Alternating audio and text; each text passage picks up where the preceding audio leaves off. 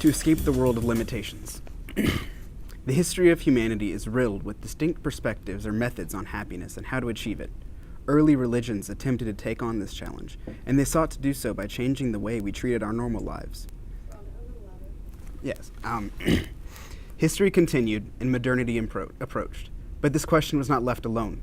Philosophers from every school have tried to stake a claim in what it means to be happy in this world, and they frequently offered an outlet through which we can attain a happiness, if they believed such a thing existed.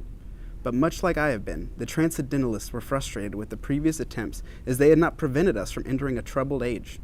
They sought to shift the focus of the modern person, but not by creating a new dogmatic structure, or even by offering a new perspective on things. What they did was syncretize the views and methods of many of the schools we have studied in our class, so that they might come to a simple and free form of living that promotes a natural form of happiness.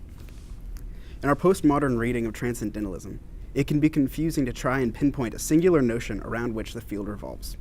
For some, the movement equaled a stand for spiritual identity and religious freedom.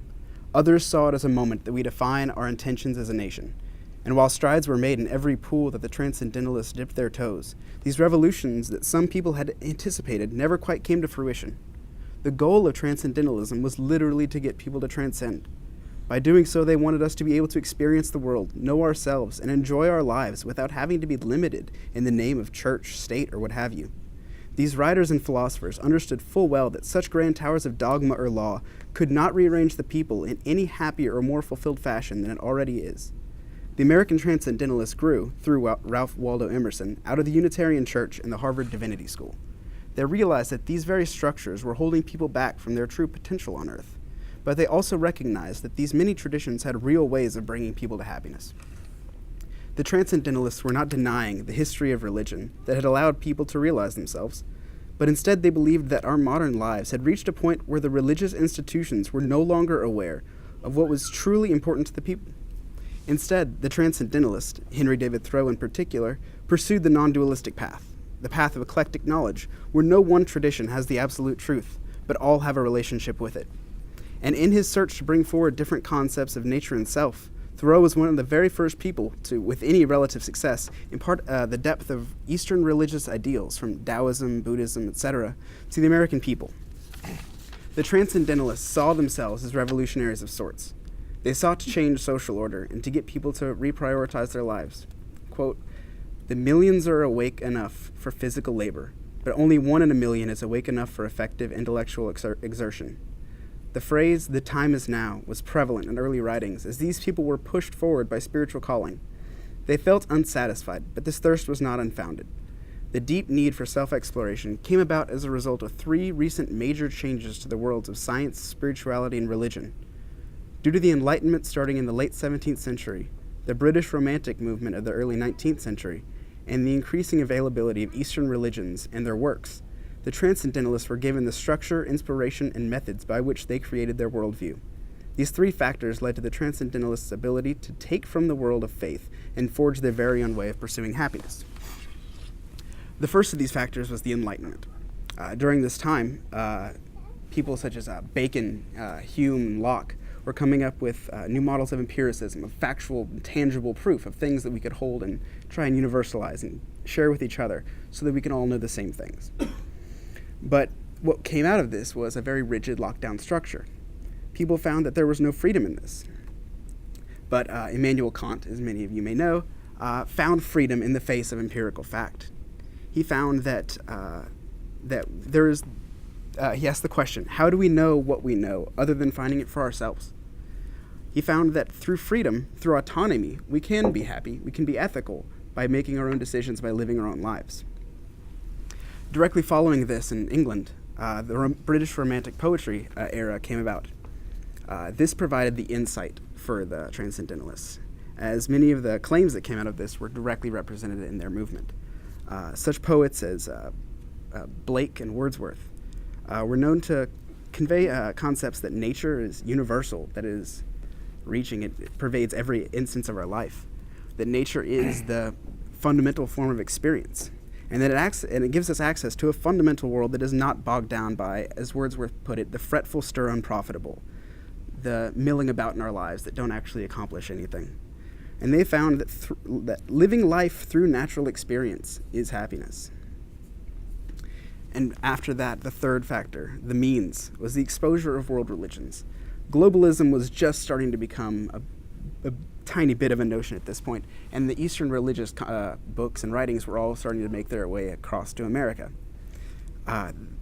All of these things, Taoism, Buddhism, Hinduism, Confucianism, were all kind of mixed together at this point. They weren't still quite distinct, defined things.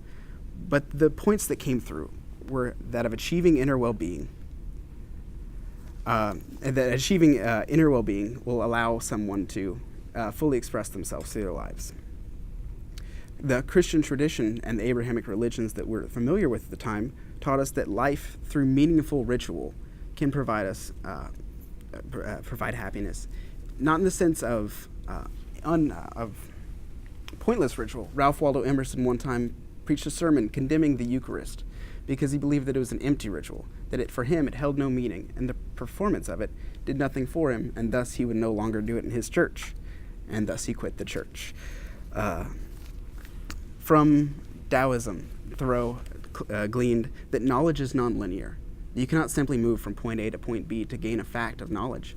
You must experience these things, find them for yourselves. You cannot take the same path that the person before you did.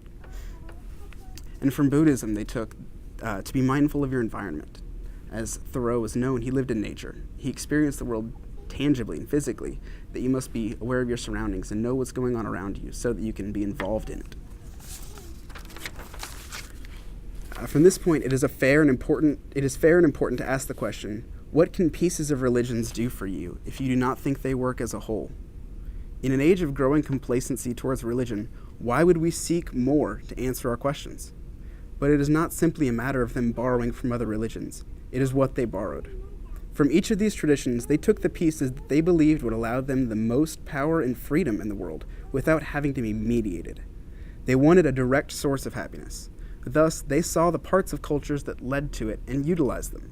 This generation of thinkers was able to abandon the need for exclusivity towards a structured religion.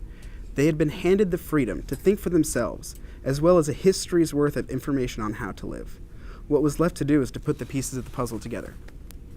This returns me to one of my original problems, that there is no singular concept of transcendentalism. After all the work that these thinkers put into the field, it can seem impossible to pick up. But to seek one particular answer is to forget that which transcendentalism was founded upon, our free agency to find meaning in the world. No two transcendentalists were the same, but that is due to the very subjective nature of experience. Following the Enlightenment and Romantic era, the American thinkers knew that it was entirely up to them to find happiness. Quote, "If a man does not keep pace with his companions, perhaps it is because he hears a different drummer. Let him step to the music which he hears, however measured or far away." End quote. Simply put, the Transcendentalists understood that they embodied perspectivism. They had found their own way to happiness, and thus they could not tell others exactly how to do so, only in which ways to start looking. Some say that their inability to promise a secured path of life, like religions often do, was the reason it never caught on. Ultimately, the Transcendental era was a discrete historical perspective that could not have lived forever. People continue to try and live the lives that Thoreau and Emerson lived so that they can find peace, but to do so ignores the very notion of doing it for yourself. But our inherent abilities to connect to nature, to build our own experience, and to find our own happiness live on. And by inhabiting an eclectic and authentic approach towards life, we can all still find happiness in our world. Thank you.